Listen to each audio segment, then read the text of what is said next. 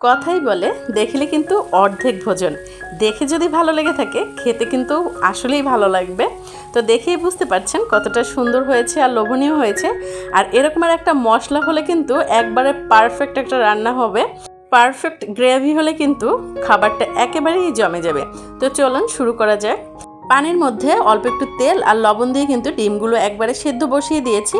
আর এদিকে কিন্তু সেদ্ধ কমপ্লিট করে ডিমগুলো খোসা ছাড়িয়ে নিয়েছি। আপনাদের কাছে অনুরোধ রইল আমার ভিডিওটি সম্পূর্ণ দেখার জন্য। আর ভিডিওটি দেখে যদি ভালো লেগে থাকে অবশ্যই আমার চ্যানেলটি সাবস্ক্রাইব করে পাশে থাকবেন। আর বেশি ভালো লেগে থাকলে লাইক কমেন্টস দিয়ে আপনি ভিডিওটি শেয়ার করে আপনি আপনার টাইমলাইনে রেখে দিতে পারেন। যারা প্রথমেই চ্যানেলটি সাবস্ক্রাইব করেছেন তাদেরকে অসংখ্য ধন্যবাদ। তো এখানে আমি ডিমগুলো খোসা ছাড়িয়ে তারপরে হলুদ আর লবণ দিয়ে তেলে একটু হালকা করে ভেজে নিচ্ছি।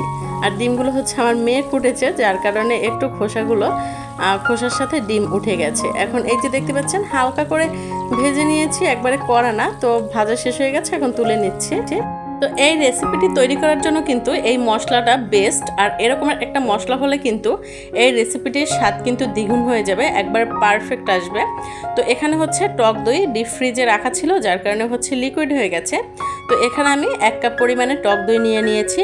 আর এখানে টমেটো সস, সেটা 1 টেবিল চামচ দিয়ে দিলাম। এটা ফ্রোজেন করা ছিল, সেটা দিয়ে দিয়েছি। আর 1 চামচের মতো আদা বাটা, আর 8-10টা কাঠবাদাম। আর এখানে 10-12টার মতো গোলমরিচ দিয়ে দিয়েছি। আর 4টা কাঁচামরিচ, কাঁচা পাকা মিলানো মরিচ, সেটা দিয়ে দিলাম।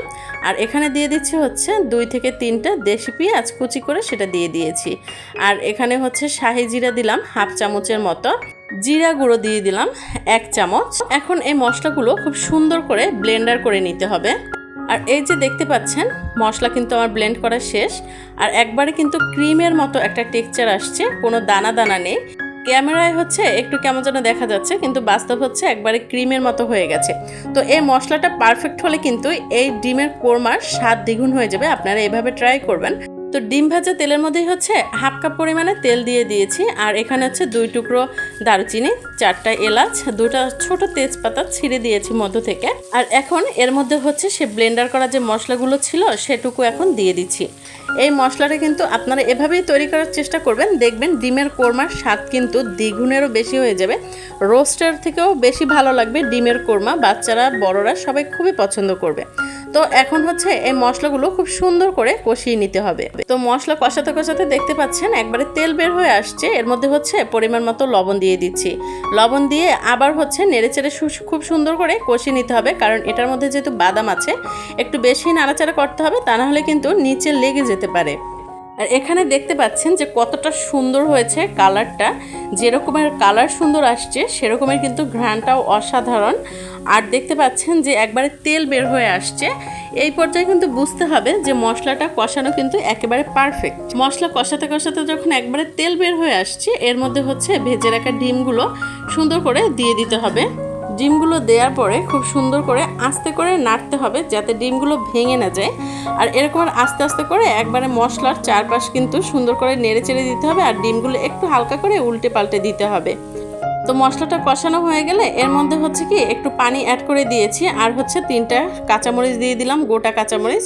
আর এখানে একবারে ক্রিম বানিয়ে নিয়েছি, মানে 1/2 কাপেরও কম পানির মধ্যে 4 থেকে 5 চামচের মতো গুঁড়া দুধ দিয়ে সেটা খুব সুন্দর করে মিশিয়ে একবারে ঘন করে ক্রিমের মতো বানিয়ে নিয়েছি। সেটুকুই দিয়ে দিলাম। এখানে কিন্তু আর কোনো রকমের পানি অ্যাড করব না। এই মুহূর্তে কিন্তু কোনো রকমের ঢাকনা দেইনি। আর এখন দিয়ে দিচ্ছি 2 চামচের মতো চিনি। চিনিটা দিতে হবে, তা না হলে কিন্তু মিষ্টি কোরমা হবে না। তো এখানে দেখতে পাচ্ছেন এর মধ্যে এখন ঢাকনাটা দিয়ে দিয়েছি। আর এখন একবারে ফুটে উঠেছে, তেল বের হয়ে আসছে। আমার কিন্তু রান্না প্রায় কমপ্লিট হয়ে আসছে। আর দেখতে পাচ্ছেন যে কতটা সুন্দর কালার এসছে, আর খেতেও কিন্তু অসাধারণ ছিল। আর কালারটা যেরকমের সেরকমের কিন্তু ঘ্রাণটাও অসাধারণ। ভিডিওটি ভালো লেগে থাকলে আপনি শেয়ার করে আপনি আপনার টাইমলাইনে রেখে দিতে পারেন। আর বেশি ভালো লেগে থাকলে আমার চ্যানেলটি সাবস্ক্রাইব করে অল বাটনটি প্রেস করে রাখতে পারেন। আর এই শেষ পর্যায়ে কিন্তু এখানে এটা না দিলেই নয়, এখন হচ্ছে আমি এর মধ্যে 2 চামচের মতো ঘি দিয়ে দিলাম। তো তোলার আগে আগে হচ্ছে ঘি দিয়ে 2 মিনিটের মতো এরকম ঢাকনা দিয়ে ঢেকে রেখে তুলে পরিবেশন করতে হবে। তো আমি এই যে তুলে নিচ্ছি, দেখতে পাচ্ছেন। এখন হচ্ছে সার্ভ করার জন্য খুব সুন্দর একটা বাটি নিয়ে বা ডিশে নিয়ে আপনি সুন্দর করে পরিবেশন করবেন। আর দেখতে পাচ্ছেন রংটা কত সুন্দর হয়েছে।